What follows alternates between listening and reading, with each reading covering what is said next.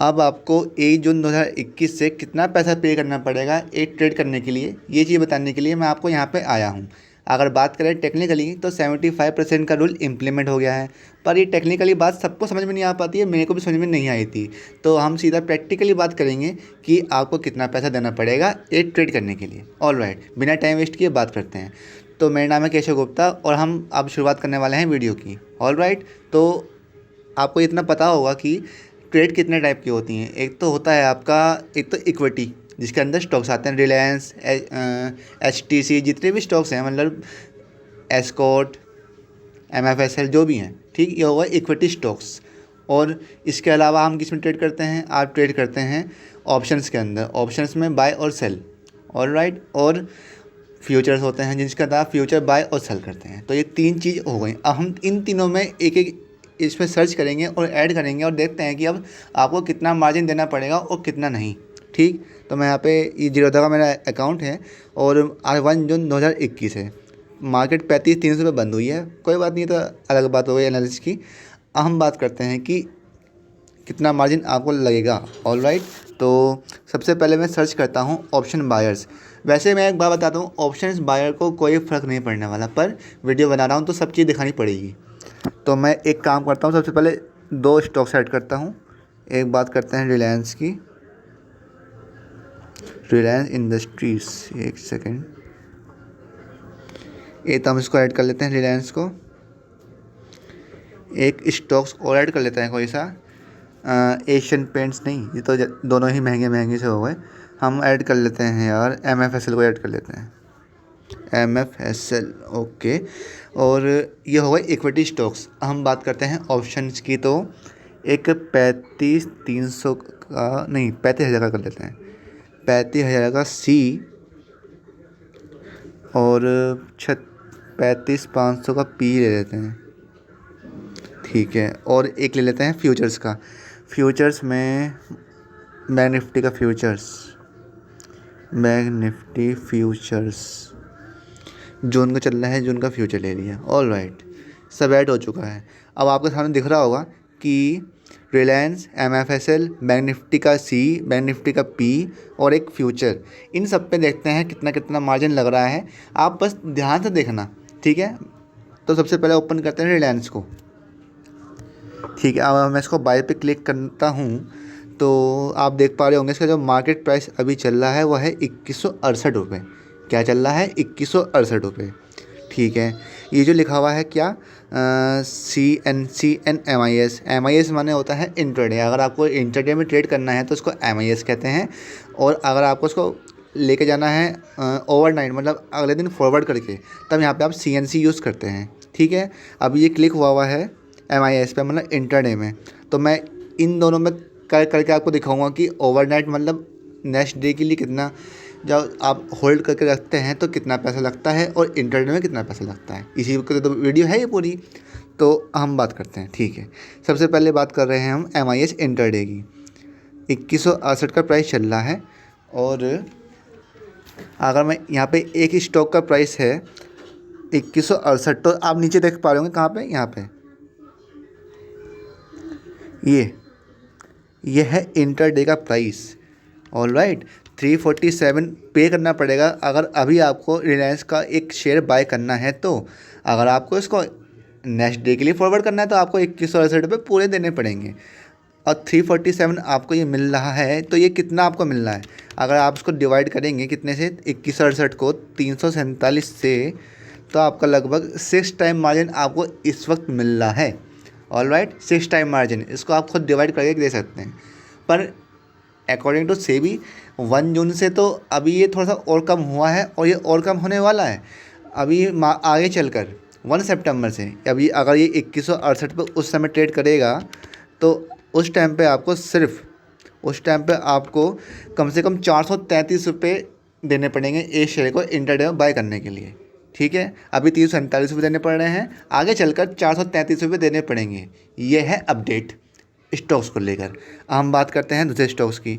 अच्छा, स्टॉक्स के अंदर बाय और सेल करें तो वही बात पड़ेगी, कोई अलग बात नहीं है कि सेल में अलग प्राइस होगा, बाय में अलग प्राइस होगा, दोनों साइड सेम हैं। ऑल राइट, ठीक। देखो मैं आपको करके दिखाता हूँ कि अगर CNC करता हूँ तो आपको पूरे 2100 और सॉरी सेल नहीं बाय, क्योंकि पहले बाय करोगे तभी तो सेल कर पाओगे, है ना। तो CNC देखोगे तो 2168 रुपये ही आ रहा है। ठीक, अब हम बात करते हैं दूसरे स्टॉक की। ठीक है, अब उसको हम बाय पे ले जाते हैं। तो CNC आप देख पा रहे होंगे कि 936 रुपये जो मार्केट प्राइस चल रहा है उसी प्राइस पे CNC चल रहा है। मतलब अगर उसको आप होल्ड करके अगले दिन ले जाते हैं तो अब उसको मैं इंटरडे करता हूँ, मतलब MIS। तो यहाँ पे प्राइस हो जाता है 187। अगर मैं 936 को जो अभी प्राइस चल रहा है इसको डिवाइड करता हूँ 187 से, तो आपको 5 टाइम्स मार्जिन मिल रहा है। तो इसमें कोई चेंजेस नहीं है मतलब अगर 187 का अभी आपको मिल रहा है तो आगे चलकर भी आपको इतने का ही मिल जाएगा 1 सितंबर से। इसमें इतना फ़र्क क्यों है और रिलायंस में 6 टाइम क्यों मिल रहा है अभी, ये बात होती है उसके वॉलेटिलिटी के ऊपर।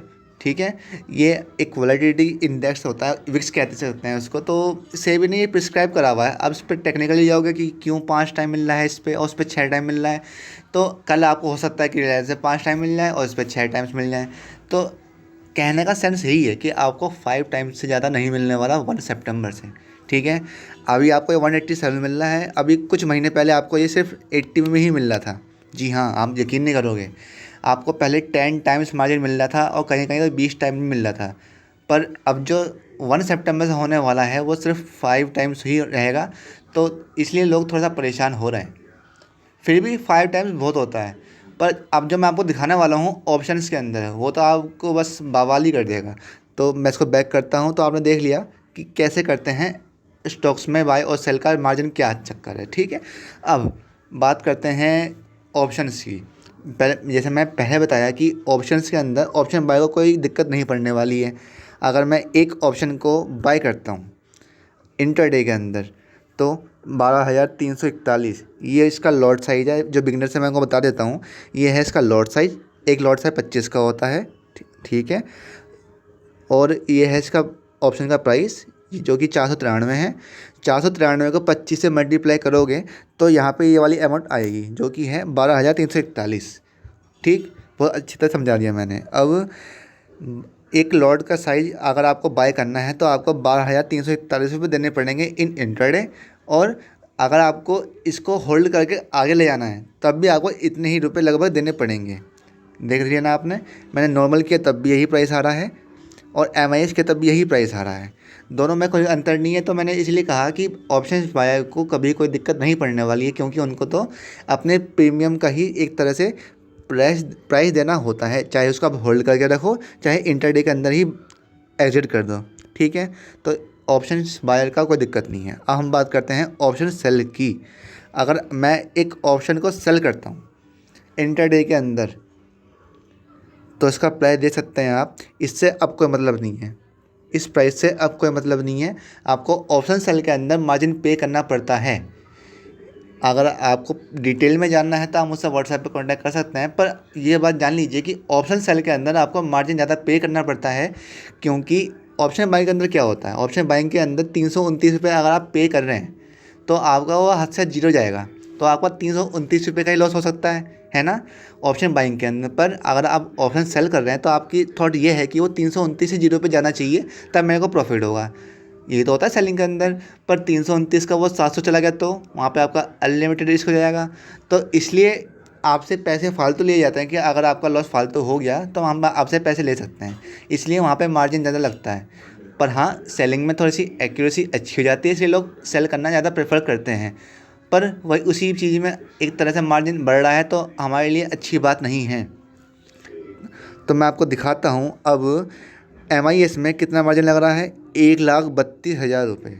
जी हाँ, 1,32,000 रुपये, जो कि लगभग 6 या 7 महीने पहले मात्र 45,000 रुपये लग रहा था उस टाइम पे। और कहीं कहीं ब्रोकर में तो 30-25 हज़ार रुपये में भी आप एक लॉट सेल कर पा रहे थे ऑप्शन सेलिंग के अंदर। अब यही आपको 1,32,000 रुपये पे करने पड़ेंगे 1 जून से। और यही मार्जिन आपको कब 1 सितंबर से पूरा पे करना पड़ेगा, जो कि होता है ये देखिए नॉर्मल में 1,71,000 आपको इतना पे करना पड़ेगा for option selling in 1 lot. कितनी बुरी बात है ना, कि पहले जो चीज़ आपको 25-30 हज़ार में मिल रही थी, अब वही चीज़ आपको 1,75,000 के आसपास में काम करना पड़ेगा। अभी तो फ़िलहाल इंटरडे में 1,32,000 रुपये ही हैं, लगभग 1.5 लाख रुपए, पर यही जाके आगे चलकर ये आपका 1,71,000 रुपये हो जाएगा। हमारी बहुत अच्छी तरह से एक रिक्वेस्ट है सेबी से कि इस चीज़ को रोका जाए। कम से कम 50,000 में तो एक लॉट हमें प्रोवाइड करवाना चाहिए, क्योंकि वरना ऑप्शन सेलर कहाँ जाएगा। 1,71,000 रुपये बहुत बड़ी अमाउंट होती है। अब इसी चक्कर में मैंने आज से ट्रेडिंग बंद कर दी है, क्योंकि वॉलेटिलिटी बहुत हो रही है और एक तो ज़्यादा पे करो मार्जिन के तौर पे, और ऊपर से अपनी एक्यूरेसी सही नहीं आ पा रही है। तो जब तक ये मार्जिन रूल वापस नहीं आता तब तक तो मैं ट्रेडिंग नहीं कर सकता, है ना। तो अभी देखते हैं जैसा भी होता है। ट्रेडिंग कैरियर इसी पे ही बेस है हमारा। करेंगे ट्रेडिंग तो इस पर भी करनी पड़ेगी, पर हाँ अभी थोड़ा सा प्रिपेयर उसके लिए होना पड़ेगा। तो ऑप्शन सेल के अंदर आपने देख लिया कि क्या आपको लग सकता है मार्जिन, ठीक है। अब बात करते हैं बैंक निफ्टी फ्यूचर्स की। बैंक निफ्टी फ्यूचर में अगर आप बाय करते हैं MIS के अंदर इंट्राडे के अंदर, तो अभी आपको पे करना पड़ रहा है 1,34,000। सेम केस इसमें ऑप्शन सेल वाला ही है। पहले आपको 25-30 हज़ार में फ्यूचर बाय और सेल हो जाता था, पर आपको उसी में अब आप 1,34,000 लग रहे हैं, और 1 सितंबर से आपको इसी में आपको 1,74,000 पे करने पड़ेंगे। सेम ऑप्शन सेल वाला हिसाब है, ठीक है। वैसे ही सेल में अगर आप एक फ्यूचर को सेल करते हैं तो नॉर्मल में आपको 1,74,000, तो वही 1 सितंबर से इतने पैसे लग जाएंगे आपके। और अगर मैं इंटरडे में करूं तो आपको 1,34,000 लगेंगे।